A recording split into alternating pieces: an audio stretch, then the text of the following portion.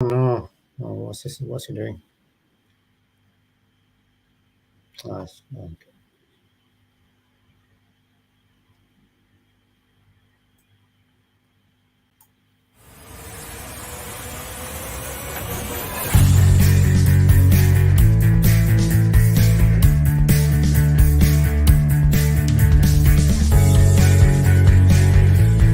Yep. Okay. Obviously, she's very good at playing these places. Like I got to, love Taylor Swift. Still love Taylor Swift. I love.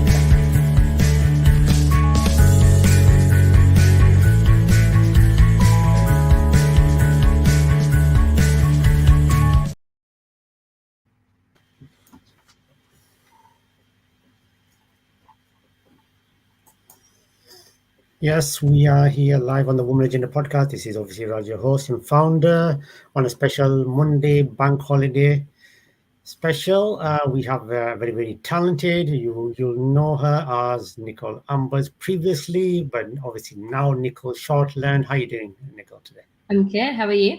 Fantastic. Not too bad. Thank you. Fantastic. I mean, yeah, you've done a lot of amazing stuff. Obviously, we spoke to Rochelle, and she mentioned yourself. She mentioned about you, and obviously, then I thought, yeah, let's bring you on because obviously you've got such a massive portfolio, and it's very hard to understand where to talk from. Basically, we probably start from the beginning. Mm-hmm. Um, on there, you've appeared on one of the most famous music audition shows, The Voice, as well. Yeah. Yeah, Yeah. 2019. Yeah. How did that happen? First of all. It was kind of a bit random. So obviously Hmm. I've been in the industry professionally since 13. I was in a girl band, then I went solo. And then because of that, somebody from the audition team reached out and said, would you like to come and audition? And I thought, this is super random. Like, I would never usually do that sort of thing. But I was just like, I've just changed my name from Little Nikki. I'm growing up a little bit. Might be a good time to kind of branch off and do something a bit different. And so I did. I dove in and did the audition, and it was a lot of fun. But it was definitely not something I had been like planning to do. But it was such a brilliant experience. I really enjoyed it. Yeah, and you got lots of mainstream coverage. Obviously, like I was mentioning before, even the Sun, which doesn't cover much. Only covers like big things. They covered you as well. Mentioned you about that. But I'm sure were there nerves there when you were going to audition? Were you nervous? Oh yeah, I think one of the last things, because we were just all chatting like backstage, and one of the last things that was said to me before I went on, because I was talking about my granddad who had recently passed, and they said, your granddad would be so proud of you right now. And all of a sudden I felt emotional, and I was like, oh Yeah. no, it's my time to go on. So I was like nervous and emotional, but I tried my best to hold it together. Oh, definitely. No, no, I can fully understand that. Definitely, grandparents, definitely, you know, one are close to them, and obviously, I can remember that from in my case as well. Definitely, absolutely, and so basically, if you just explain, if anybody doesn't know about The Voice, how does the audition happen in The Voice? Are there like how many judges are there, and how do they work? So when I did it, there were 4 coaches. Right, They're facing away from you. You walk out onto the stage. Um, they're facing away. You've got a live audience watching you, and then you right, start singing. If they like what they hear and they want to be your coach, and they press their button and they spin around, right. which is super nerve wracking because you think as you're singing, you're like, oh god, what happens if I get to the end and no one's pressed their button? You like just gotta sing your Oh, little heart right. out. But I was really lucky. Yeah. I got 2 turns, so I was over the moon with that. And how did it go? What Yeah, did they so say? I had the choice between Ollie Murs and Tom Jones, and I was Wow. completely lost for words. I didn't know who to choose, what to do, and in the end, after a bit of a panic, I looked at my little sister and she said, "Go with Ollie." So I chose Team Ollie, and Oh, then right. onto the battle rounds where I sang with Stefan Mahendra, who is awesome, really, really lovely guy. And we had, I think it was supposed to be a battle, but we kind of just looked at it like a duet, and we just did little things to help each other sound better and to like boost each other up, which was cool because I think a lot of the time, we're both not hugely competitive people, so it was probably quite a good pairing putting us together. Yeah, definitely. I mean, yeah, wow, what experience that is to come in such a massive show. Now you say it. I think I do remember watching it a couple of times. The Voice, and my word, and the way it is, the way they press the buzzer and stuff. Yeah, it does look very daunting, to be honest. Yeah, and I'd done loads of live performances. So when we were in the girl band, we supported Justin Bieber on tour, Wow. Dixie Law, and I was 13 when I first signed and started doing all of that. So being on stage was normal and easy, but that environment was just totally different. It was just, I don't know, it took nerves to a whole new level. Like, you got the O2 Arena where there are like thousands of people, and that to me was normal. But then you put me in front of 4 chairs facing the wrong way, and all of a sudden I was really nervous. So basically, they don't. So basically, now I remember a bit. They don't look at you. They're looking the other way. Yeah, they don't look until they press their button, and then their chair like really dramatically spins around, and the lights come on. Right. So they go by your voice. They go by the voice. Yeah, right. Literally the voice only. So obviously you try and look the part, but nobody knows what you look like till they press it, or till at the end everyone turns around anyway. Right. Okay. Wow. And so it went good. The audition went good at the time, and were you like selected further on, or how did it? Yeah. So I went through to the next round, which was huge achievement. I was really happy, and the whole team Ollie, so we all kind of hung out a lot. There was a good few of us. I can't remember how many. We went for like a big group Nando's, which Ollie paid for.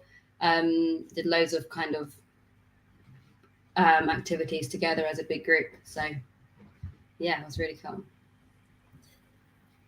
Yeah, and then obviously, is that the time? When did you start? Because obviously, like you said, you started at a very early age. You singing. So when did you officially release your first music? Obviously, I can see that you did appear in the charts, and you reached 53 in one of your singles called "Little Nicky."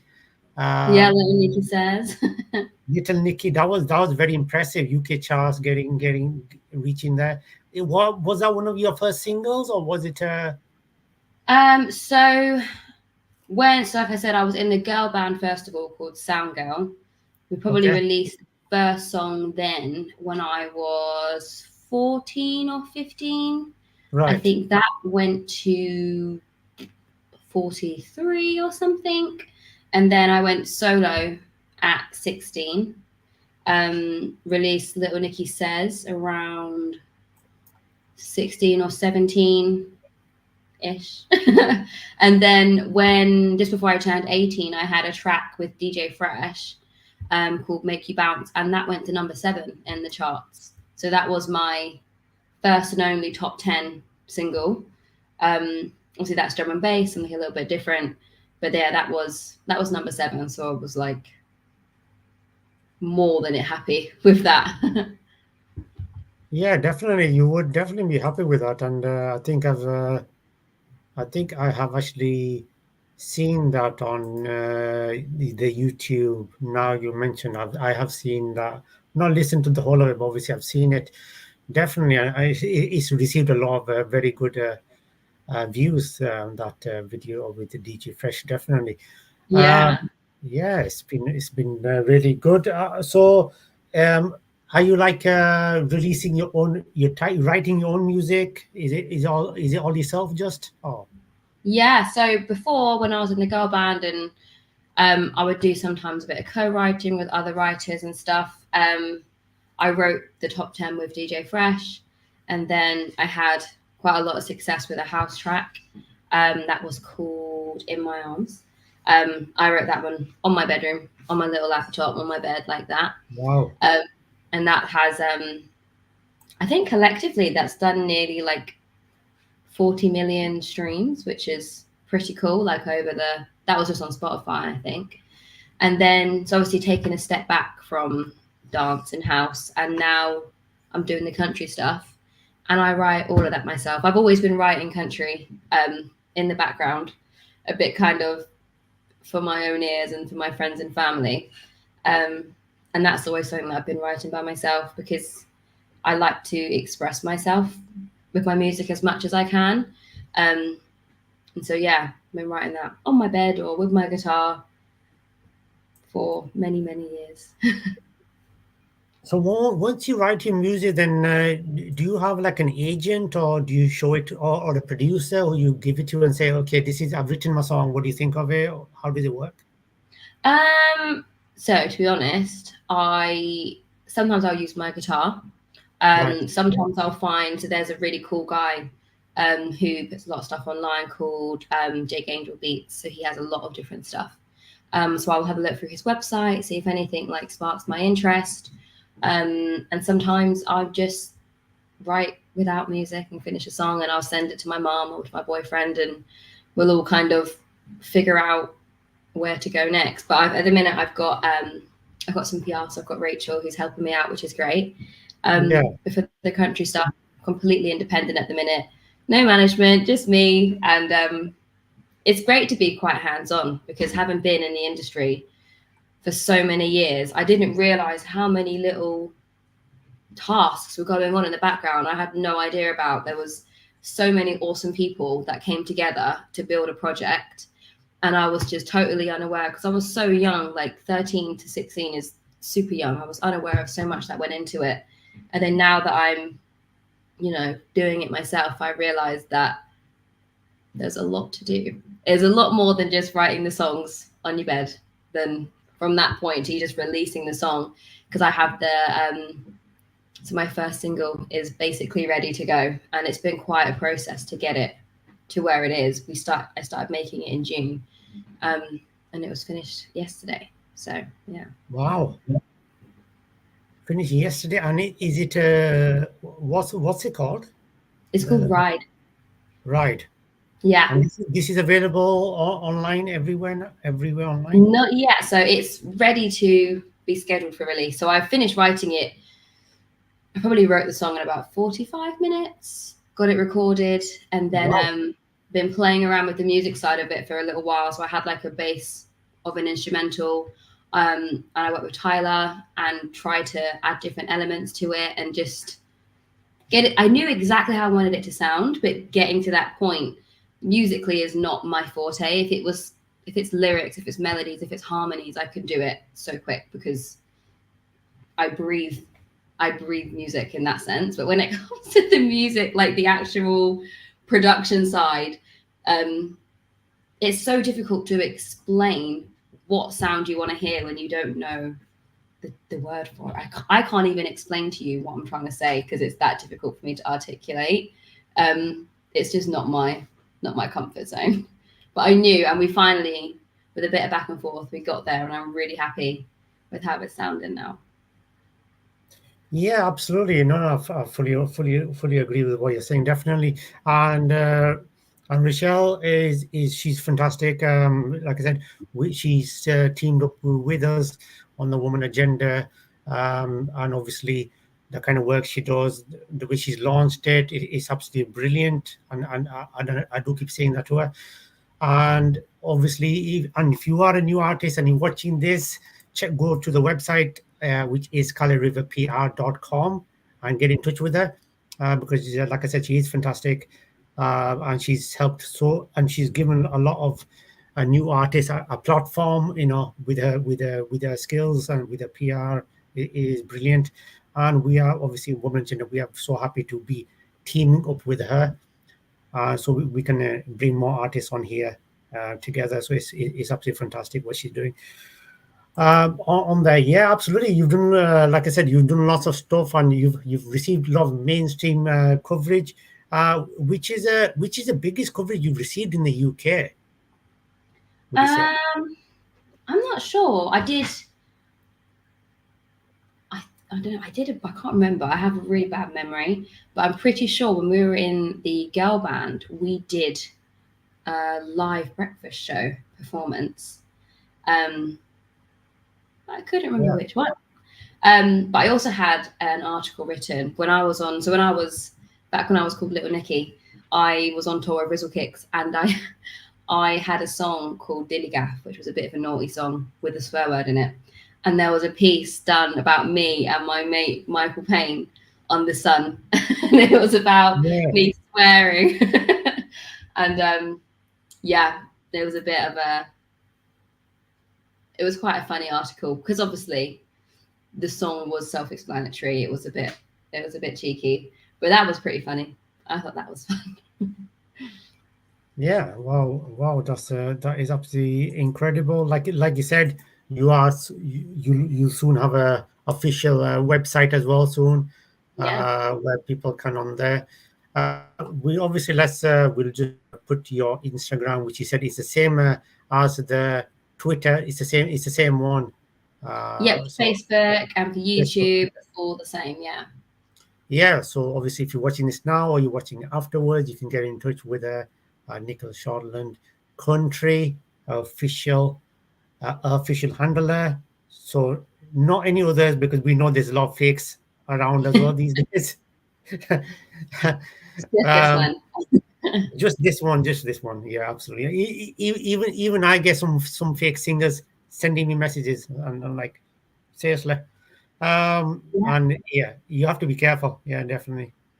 But yeah, this is her official one, official Instagram, Facebook, Twitter. Get in touch with her, and obviously, it would be nice, absolutely nice. And yeah, I mean, so how long have you been singing now? Then how long has it been? It seems to have been quite a while now. Then I guess. Yeah. I've been writing my own songs since I was about 3 or 4, just making silly things up. And then the Right. older I got, the better they got. They were probably not that great to start with. I used to do things like rewrite songs that I liked, just either nursery rhymes or literally any song that sparked my interest. I would just change the lyrics. So from 3 until now is about 25 years, I think. Hold on, no, 24. Wow. I'm 27. My maths was really bad then. So yeah, I'm 27 now, and I've been doing it since I was 3 or 4. But then, I can say first record deal that was with Universal at 13. So over Wow. half my life, I've been, professional songwriter and singer, and yeah, it's literally been all I know. I don't really know how to do much else other than sing, write, and dance. That's kind of the maximum of my skills today. Yeah, and obviously you've like you said, you talked about you've toured with so many big acts as well, like Rita Ora. Uh, Mm-hmm. so you've toured with so many big acts. How was the experience in interacting with these kind of big acts like that? Yeah, wicked. Everyone that I have met and toured with and been, able to have a conversation with has been super cool. So we did the Justin Bieber tour when I was in Soundgarden. We met Will Smith and we met Jaden Smith, and they were all so nice. Will said, "I have a nice voice." My Yeah, friend, thank wow. you. And then obviously met Rita Ora and did some shows with her. And she was brilliant. She had like loads of advice. Rizzle Kicks were super awesome. They kind of became friends, which was great. We have a similar circle of friends now. They were really lovely. The Wanted, literally everyone that I've met has been so kind and supportive. And, it's a tough industry to be in, whatever genre you're doing. It is really tough. You have to give up a lot to make sure you put your all into it. And I think everyone knows that. So when you're with someone that's newer into the business, you're happy to help. You're happy to give them as much advice and support and time of day as you can. And I've been really lucky to be, put around so many awesome artists from so early on. And you did write for Little Mix on one of the albums as well, didn't you? Yeah, so I wrote a song called Towers, Yeah. which I was originally writing for my project, but didn't feel like it was for me. And the producer in the room, he did a lot of work with One Direction, and so he knew some of the people with Little Mix's team, and they heard the song and they loved it, and it went on their Salute album, which was #1 in the US. And I did some writing for a Korean pop band called NCT, so a K-pop band. Um, Yeah. they are super cool. My little sister loves K-pop, and when I told her, she was very excited because obviously she was really young at the time. So I filled her in about 2 weekends ago on our way to a show, and she was really happy. Yeah, absolutely. She'd be like, wow, it's like these are my favorite bands, and there's my sisters, you know, performing with them. That's incredible. That's incredible for someone so young and experiencing that, and it's one of their own siblings which is performing with them. That must be a different experience altogether. Yeah, Yeah, absolutely. because she's really quite creative, and she's now doing her first play. She loves to act. So I think seeing the things that I did when I was her age has really kind of helped her realize that it is possible to achieve the things that you want, um, as long as you're willing to put your heart into it. I think that's what it has to be, as authentic and real, and people can connect with you as possible, unless you're really good at putting on a show. But I like to be as honest and real as I can with all my music and everything I do in my life. Yeah, and regarding, like you said, you got used to. To perform at such a big, the O2 Arena, which has such a massive capacity, and you were like, okay, that doesn't make me nervous. I'm like, whoa, it's like it's such a massive thing. How did you get used to such a having seeing so many thousands of people there, sitting there, and you're performing live with them? How did you get used to all that? I I think my first ever live performance, I was probably 13, and it may have even been like the Hammersmith Apollo. So it was a good sized crowd, and that was step one. So it wasn't, a lot of artists kind of start with the smaller crowds and work their way up to the bigger ones. Whereas for me, I started with the big crowds.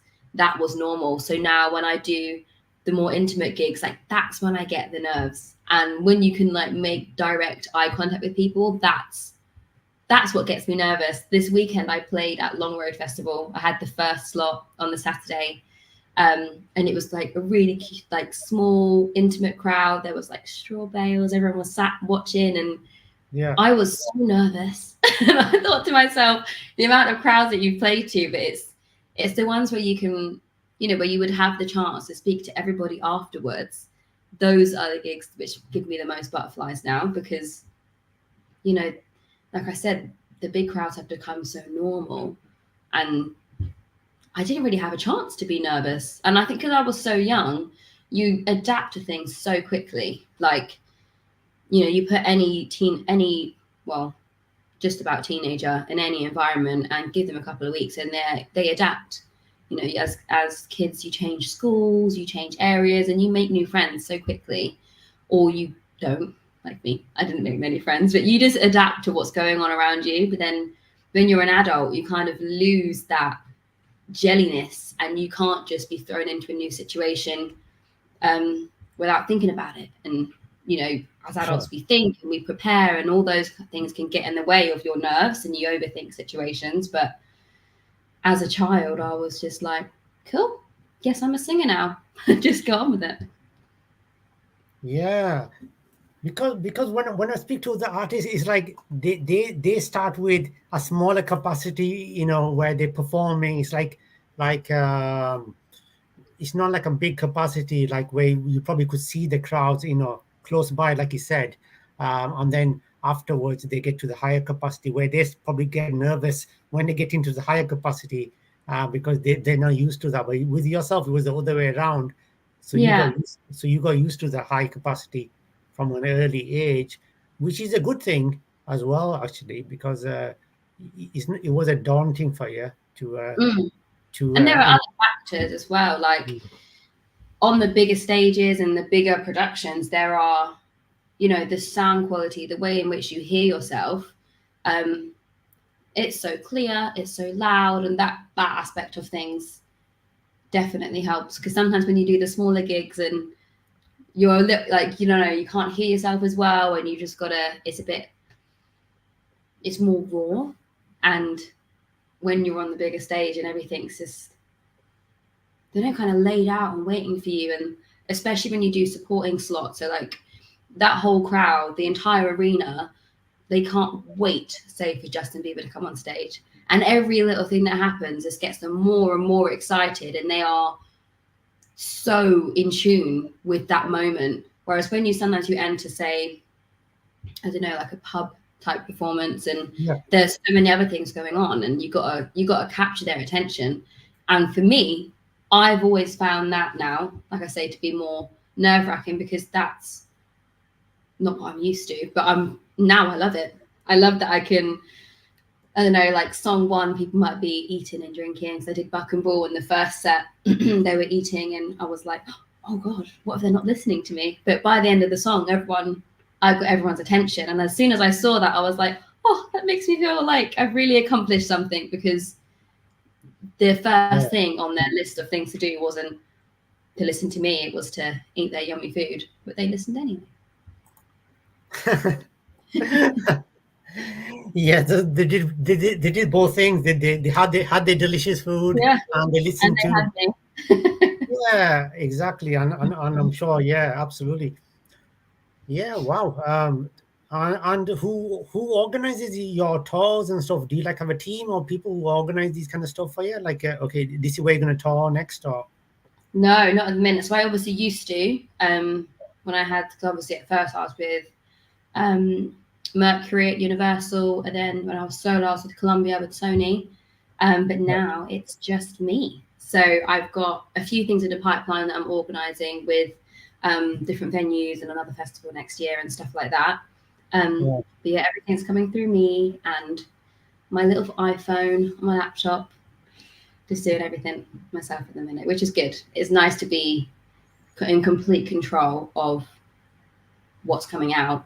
But in terms of like press and PR, like we said, we've got Rachel in charge of that for now, which is great, because she's so lovely and sweet, and she's really helping with the vision for the single, which I've loved, because it's good to brainstorm. As much as it's nice to be in control of everything, when it comes to bouncing off of ideas, I love speaking to her, speaking to my mum, my partner, my siblings, my friends. We kind of we're all in this together now. Yeah, and if I'm not wrong, did you appear in this music video called, was it Coup d'Etat or something? It was a music video? Yeah. So that was one of I did quite a few songs with them. Yeah, yeah. It was massive as well. I can see on YouTube, it's like millions of views. It's like big, very big. Yeah, we did, I think we did Move Your Body, we did Just Be Good to Me, and then a couple of others. And then there's another artist called Subsoda, which I've done some cool stuff with in the house world as well. It's really cool because I do these gigs with Ibiza Orchestra. So we've gone around the whole UK this year and last year. And it's like a massive orchestra. They do loads of house classics. And I go on and I support them on that. So I get to do loads of my dance and house stuff on those shows too. Yeah, because like you said, that singer Move Your Body, I remember listening to that myself a lot. That's that music. I remember that time when I was listening to that single music, and I was into that kind of a genre on music. So what would you class your music into? What kind of, is it any particular genre you would say your music it fits into, or is it just a bit of everything? I think before it's been a lot of everything, as I was figuring out where I wanted to take things. But now I would say it's country, it's pop, it's got some singer-songwriter elements. But I've always wanted to, I've always wanted to be a country singer and release all the stuff that I love listening to most. So now, yeah, my focus is on country music. And if someone, obviously, there will be a lot of people who are purchasing your music, and what do they need to type to find your music? Is it Nicole Shortland, or is it your previous Nikki, Ambers? So if you're into dance and house and R&B, then obviously it would be Nikki Ambers. But for everything moving forward, it would be Nicole Shortland into any search bar, and hopefully it'll bring up what I'm getting up to. Or if you're following me on my Instagram, I'll have the link in my bio to all my music as soon as it's there and ready to go. Yeah, definitely. And we are going to obviously, once we know when it's going to release, we will try to mention it on the Woman Agenda as Thank well you. on here, and so everyone is kind of more people can obviously get a few more extra eyeballs on it as well, which I'm sure it's already doing well, but we'll definitely mention that. Yeah, absolutely. So that's some exciting stuff happening. Like you said, your music is coming out, so that's a single. And regarding EPs, albums, have you released any albums recently or in total? No, not yet. So I've currently got 6 tracks, which are good to go. We're going to start with Ride. I am really keen to try and go single by single. I want to give every song its own moment. So hopefully I'll go single by single, and I'll try and keep them as close together as possible.